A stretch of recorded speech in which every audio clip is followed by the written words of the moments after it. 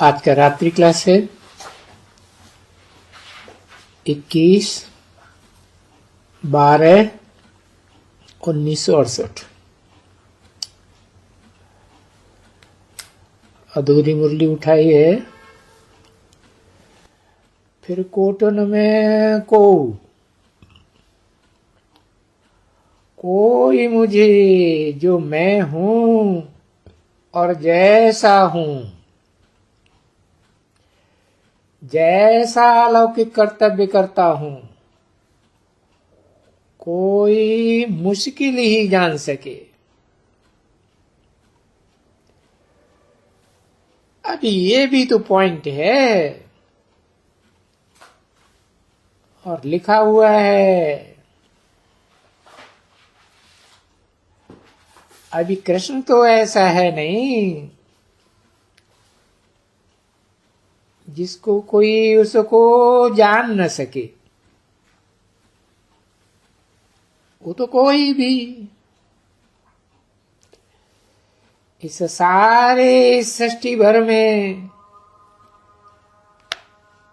कृष्ण को तो कृष्ण ही जानते हैं बहुत अच्छी तरह से कि ये गीता का भगवान है अथवा ये आदि सनातन देवी देवता धर्म का स्थापक है और ये मोर मुकुट वाला है। क्यों सारी सृष्टि जानती है? क्योंकि उसका अपना साकार रथ है और शिव बाप का अपना साकार रथ नहीं है।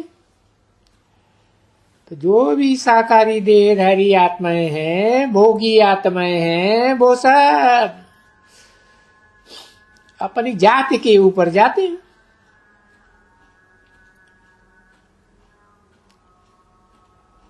और अगर ऐसे है कि कृष्ण ही भगवान है गीता का, चाहे वो संगम युगी कृष्ण हो चाहे सतयुगी कृष्ण हो, तो बाप क्यों ऐसा कहे? कृष्ण ऐसा क्यों कहे कि बिरले कोई मुझे जान सकते हैं?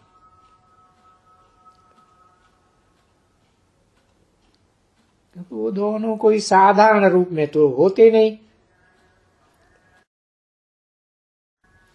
उनमें भी खास 16 कला संपूर्ण कृष्ण, वो तो अंतिम जन्म में भी रथ के आधार पर देखा जाए, समाज के आधार पर देखा जाए, धंधे धोरी के आधार पर देखा जाए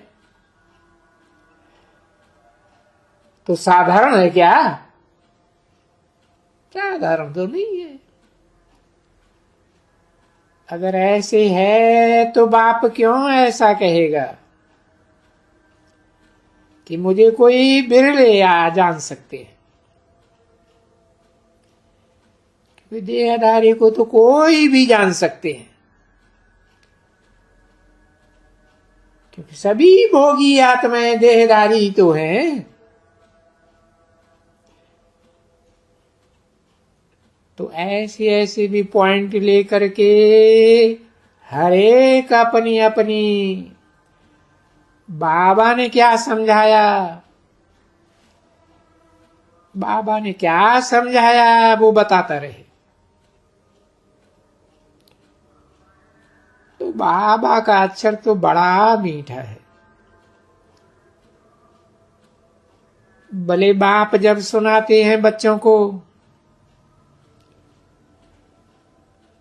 तो ये दिल से बहुत लगता है, परंतु फिर वहां दुनियादारी में जाते हैं तो माया बुलाए देती है और बहुत अच्छी तरह से बुलाए देती है।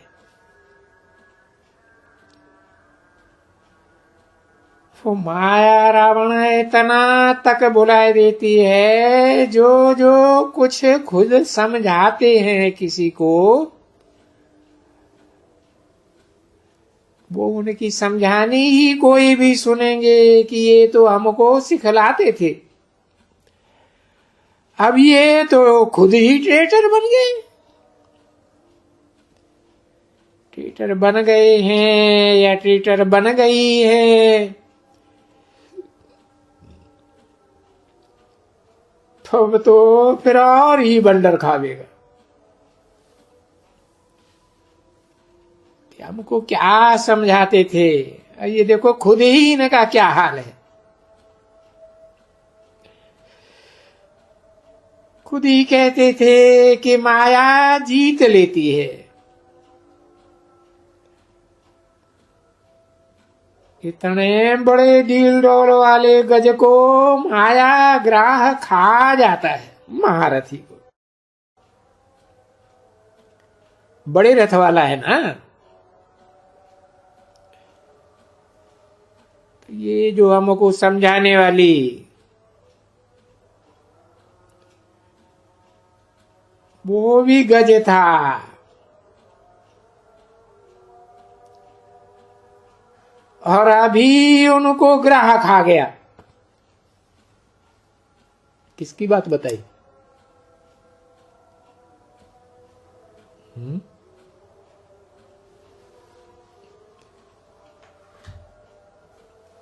पता नहीं, बताओ याद करके।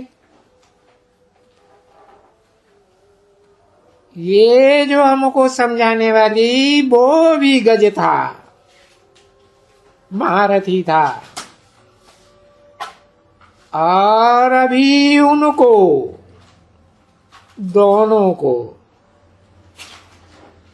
मायाग्राह खा गया, प्रजापिता को खा गया,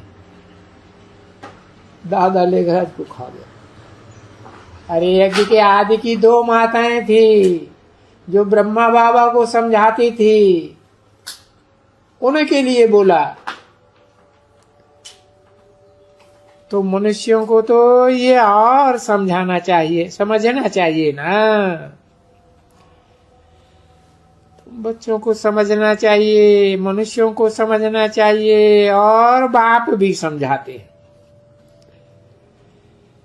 कि 21 जन्म के लिए तुम पदमा पदम भाग्यशाली बनते हो, और फिर उस पद को, जो पदमा पदम भाग्यशाली पद है, वो माया से हराए लेते हैं, देह अभिमान में आए करके हराए लेते हैं। तो तुम ये देह अभिमान में आने की, आकर के देह अभिमान में अपनी ही सत्यानाश कर लेते हो। तो जबकि बच्चे ये बात जानते हैं ना, तो बच्चों में वो भी तो होना चाहिए ना कि हमें ये किसको समझावे। जो कोई बेचारा माया के वशीभूत ना हो जाए। तो ये तो समझते हैं बच्चे कि कल्प कल्प जो कोई ये ट्रेटर भी बनता है, वो भी कल्प पहले बना था।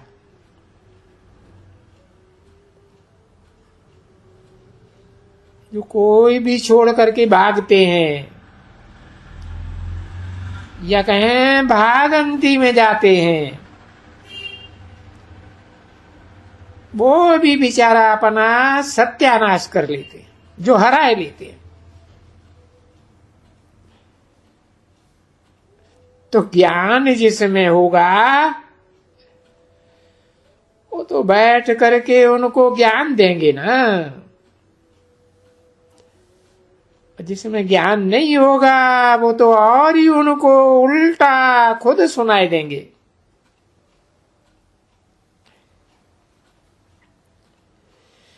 तो ये ज्ञान में तो सब बच्चों को समझना है कि बाबा से हम बेहद का खजाना ले रहे हैं। अगर खजाना नहीं लेंगे या कुछ भी ये जो डिसरिगार्ड करेंगे, कोई भी प्रकार का डिसरिगार्ड करेंगे तो अपने ही गले पर छुरी मारते हैं या पांव पर ये छुरी लगाते हैं। ये बुद्ध रूपी पांव है ना,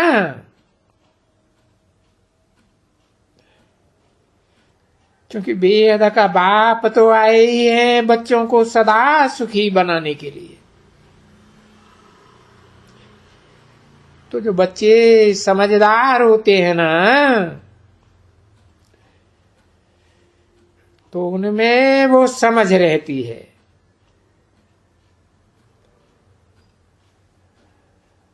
बाकी गपोड़ा मारने वाले, ऐसे ही शोर करने वाले भी तो बच्चे रहते हैं ना, बच्ची। तो हरदम बच्चों को ये समझना चाहिए, बाप दादा को तो हम कभी भी भूल नहीं सकते।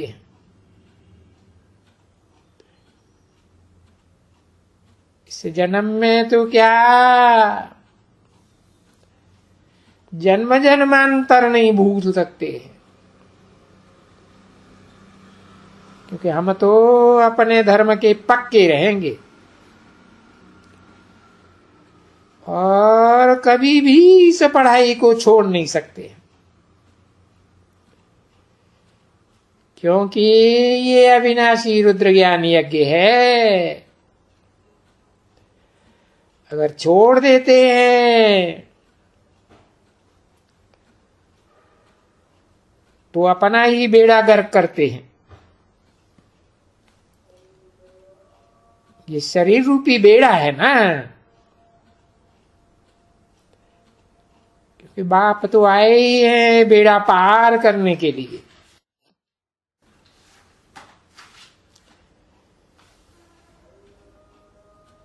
इस कले हुई दुनिया से निकाल करके सत्य की दुनिया में ले जाने के लिए।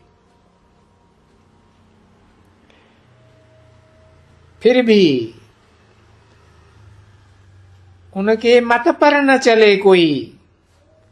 किनके?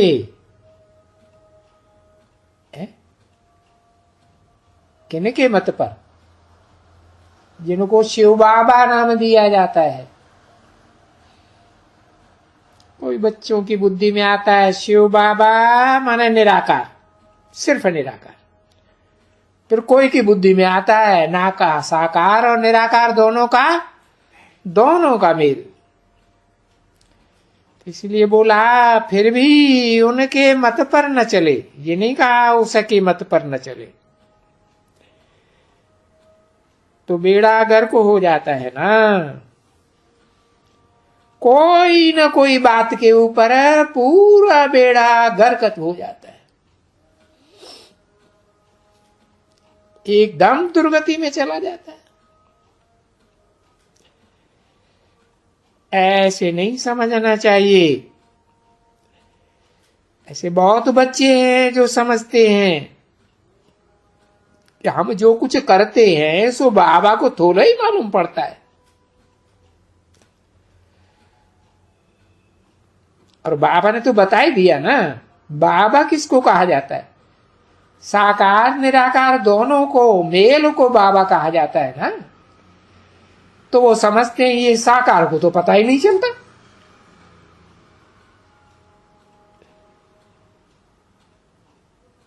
अरे वो बाबा तो खुद ही कहते हैं, उनको मालूम होने न मालूम होने की तो बात ही नहीं। तो कहते हैं मैं अंतर्यामी थोड़े ही हूं,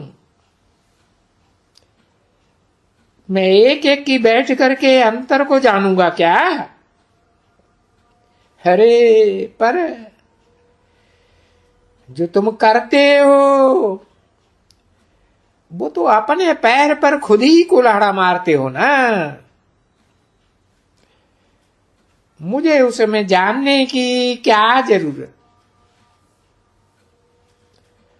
और वो तुम ख्याल तो करो, या बाबा जाने या ना जाने, ये तो तुम्हारी बुद्धि है। हर आत्मा जानती है ना कि मैं अच्छा काम करता हूं या बुरा काम करता हूं। मुझे तो बाबा से पूरा वर्षा लेना है।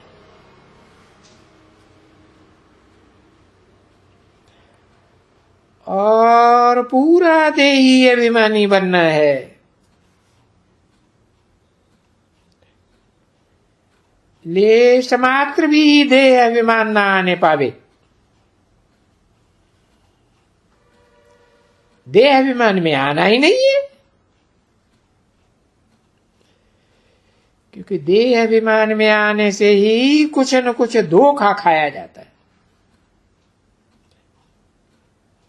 आत्माभिमान में रहने से धोखा खाने की बात ही नहीं, क्योंकि आत्मा सूक्ष्म है। आत्मा की स्थिति में रहने से धोखा खाने की बात ही नहीं। बुद्धि सूक्ष्म बन जाती है। सूक्ष्म बुद्धि हर बात की गहराई को गहराई से समझ लेती। तो ये माया भी वंडरफुल है ना बच्ची। अच्छे अच्छे महारथियों को बड़ा तंग कर देती है, और इतना तंग कर देती है कि उनको कुछ पता ही नहीं पड़ता है कि हम अपना ही नुकसान करते हैं। अरे एकदम पता नहीं पड़ता है, समझ में ही नहीं आता है। तो माया को समझ है, कि देखना चाहिए कि माया कितनी एकदम बत्तियां बुझाए देती है।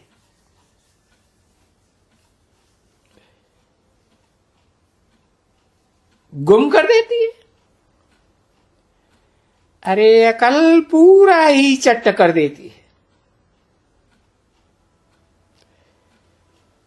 नहीं तो दिल में, बच्चों को तो स्टूडेंट लाइफ में तो उनको टीचर से कोई दुश्मनी नहीं रखनी होती है। अच्छी तरह से पढ़ेगा नहीं तो टीचर और क्या करेंगे।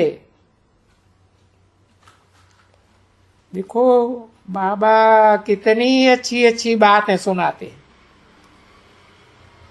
और ये बातें सुनाते हैं किस लिए? बच्चों की उन्नति के लिए।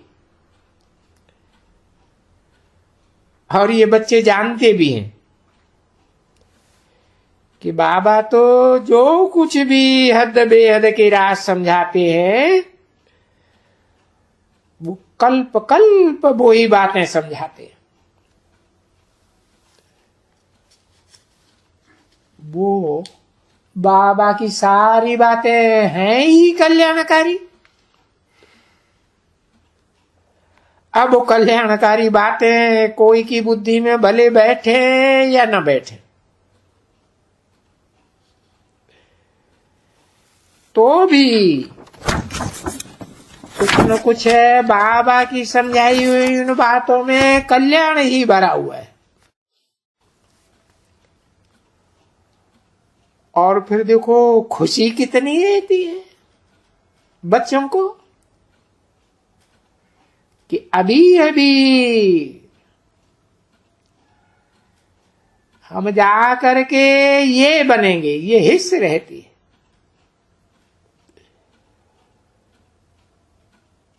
21 दिसंबर 1968 की रात्रि क्लास का दूसरा पेज।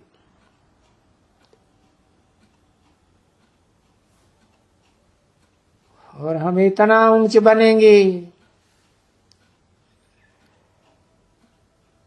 और फिर अगर पढ़ाई छोड़ देवे, छोड़ देवे तो फिर ये बन जाएंगे ना, क्या बन ही जाएंगे।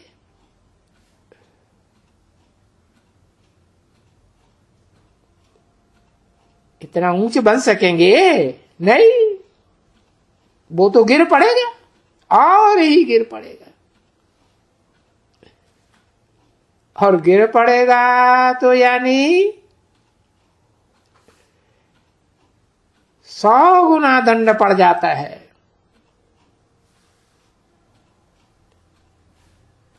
क्योंकि बाप का निंदक बना, मनुष्य सृष्टि के बाप का निंदक बना, और सुप्रीम बाप जो आत्माओं का बाप है उसका भी निंदक बना, तो ऐसा निंदक ठहर न पावे। यानी जो वो ऊंच पद पाने वाला था, ये थोड़ी भी निंदा करने कराने से वो देखो तकरा एकदम हो जाता है। जैसे तकरा हम चढ़ते हैं, वैसे तकरा फिर हम गिरते भी हैं झट से।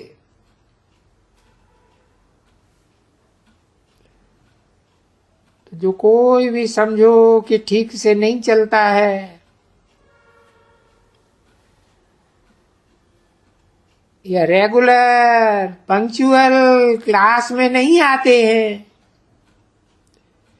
या कुछ पॉइंट से मिस करते हैं,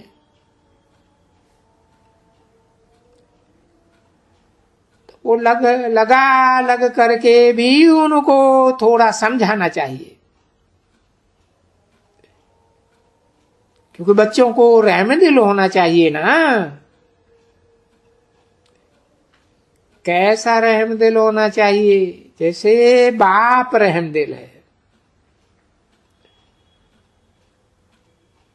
वो बाप आकर के बच्चों को बताते हैं कि देखो भक्ति मार्ग में तुम क्या करते थे, गालियां देते थे, ये करते थे, वो करते थे। अभी तुम आए हो यहां वेद की पढ़ाई पढ़ने के लिए और विश्व का मालिक बनने के लिए, और वो ही वेद का बाप सुप्रीम बाप पढ़ाते हैं, जिसको तुम ग्वाली देते रहते हो। तुम बच्चे तो अभी गाली नहीं देते हो ना, भक्ति मार्ग में तो कितनी गाली देते थे।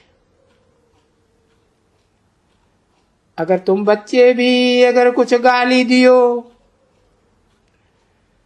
तो भी फिर 100 गुना दंड पड़ जाता है। फायदा भी है तो वो भी है, तो वो भी बड़ी संभाल रखनी चाहिए। और बाप तो सब कुछ सहज सहज समझाते हैं। सिर्फ ये एक बड़ी बात रहती है कि बच्चे अभी इस पुरुषोत्तम संगम में ये मूत नहीं पीना है, विकार में नहीं जाना है, कोई भी प्रकार से देह अभिमान में आना ही नहीं है। ओम शांति।